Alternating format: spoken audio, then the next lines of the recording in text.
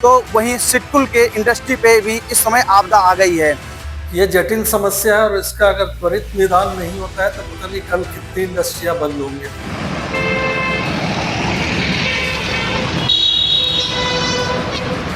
वो बोलते हैं कि मुरादाबाद के पास कहीं लाइन कट हो गई है, ये हो गया। औद्योगिक क्षेत्र पर काले बादल छाए हुए हैं। इंडस्ट्रियल हमारी जो गैस है वो उसको तत्काल सुचारू रूप से आप इसकी सप्लाई शुरू कर सकें।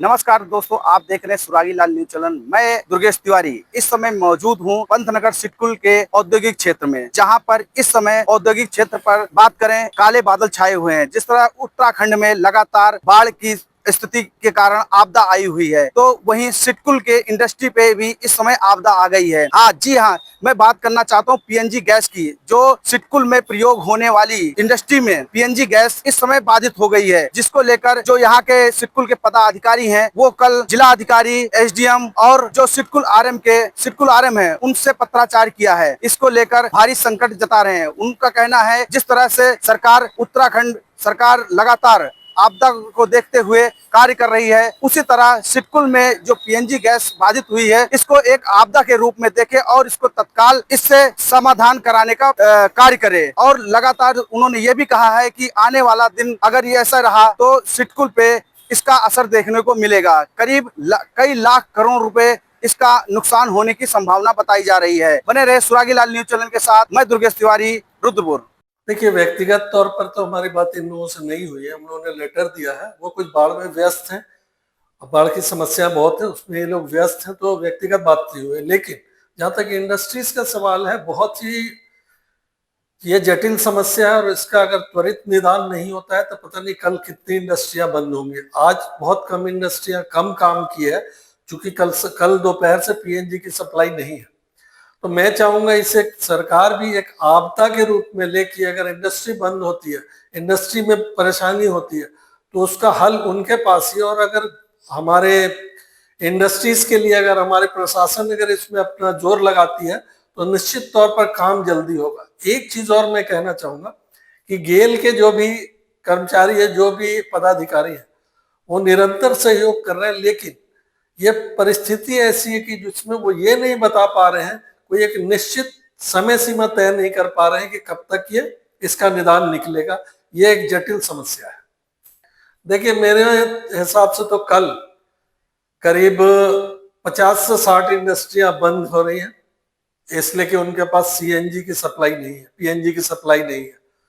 तो ये बहुत बड़ा है और हो सकता है ये और बढ़ता जाए, इसलिए कि अभी एक एक इंडस्ट्री पे ये असर हुआ है और एक इंडस्ट्री का लिंक पूरे ओईएम पे है।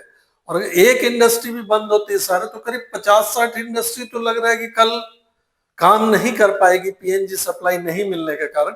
हम चाहेंगे कि ये राज्य सरकार और हमारे जो यहाँ पर लोकल एडमिनिस्ट्रेशन है वो इस चीज पर बात करें और एक सार्थक समाधान जल्द से जल्द निकाले, ताकि इंडस्ट्रीज को होने वाला नुकसान और साथ साथ सरकार को जो रेवेन्यू का नुकसान होना है वो नहीं हो। हम चाहेंगे कि इसमें सारे लोग मिलजुल कर, जैसे हमको सहयोग मिलता आ रहा है गेल का भी, प्रशासन का भी मिले और इसमें बहुत जल्द से जल्द कार्रवाई हुई, इसे आपदा की तरह ले, अन्यथा ये बहुत जटिल समस्या बनने जा रही आने वाले 1 या 2 दिनों में। देखिए, पहले तो सर्वप्रथम थैंक्स आप लोगों के लिए कि आप टीवी 100 के थ्रू जो है हमें इस समस्याओं को उठा रहे हैं और समय समय पर आप लोग उठाते रहे हैं, तो इसके लिए बहुत आभारी हैं हम आप लोगों के। ये जैसा कि इन्होंने पीएनजी की लाइन को 72 घंटे के लिए रोका गया था। 72 घंटा बहुत होता है, तो जो हम लोगों ने उनको उस समय भी बोला था कि 72 घंटा को थोड़ा सा कट शॉर्ट करिए, तो वो बोलते हैं कि मुरादाबाद के पास कहीं लाइन कट हो गई है, ये हो गया है। तो ऐसा नहीं है, इनके पास संसाधन है, बट ये ढिलाई बरत रहे हैं। अगर गवर्नमेंट थोड़ा सा उसको प्रेशर डाले तो वो काम तेजी से हो सकता है। जो 3 दिन के 72 घंटे बोल रहे हैं, वो 72 का हो सकता है कि वो कल शाम तक कंप्लीट हो जाए, कल सुबह तक कंप्लीट हो जाए। नहीं तो क्या होगा कि आप देखेंगे तो पूरा सिडकुल में करीब करीब 500-600 इंडस्ट्री है।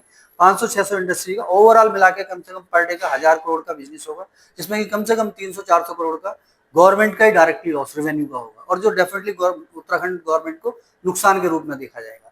जो जैसे उत्तराखंड की जो रीढ़ की हड्डी है इंडस्ट्रीज है, और इंडस्ट्रीज को अगर ऐसा इग्नोर किया जाएगा या नहीं देखा जाएगा या उसको टाइम टाइम पर उसकी जो समस्याएं एड्रेस नहीं किया जाएगा, तो वो थोड़ा सा दुख का विषय है।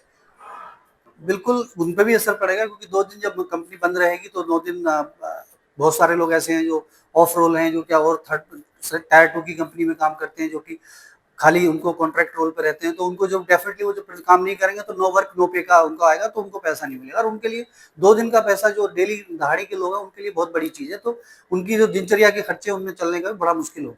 तो गवर्नमेंट से हमें अनुरोध है कि इस पे थोड़ा-सा इनिशिएटिव लें और तेज़ी से इस काम को करवाएँ।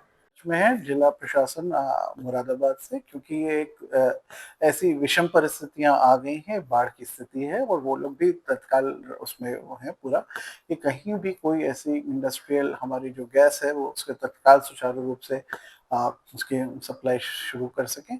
और चूंकि ऐसी परिस्थितियां कई बार आ जाती हैं जो जिसके लिए जिला प्रशासन जिला हम लोग अन्य उस पर डिपेंडेंट हो जाते हैं, तो वो लोग भी त्वरित कार्रवाई करने के लिए उन्होंने अपना आश्वासन दिया है। मुझे लगता है बहुत जल्दी ही ये सप्लाई रिस्टोर हो जाएगी।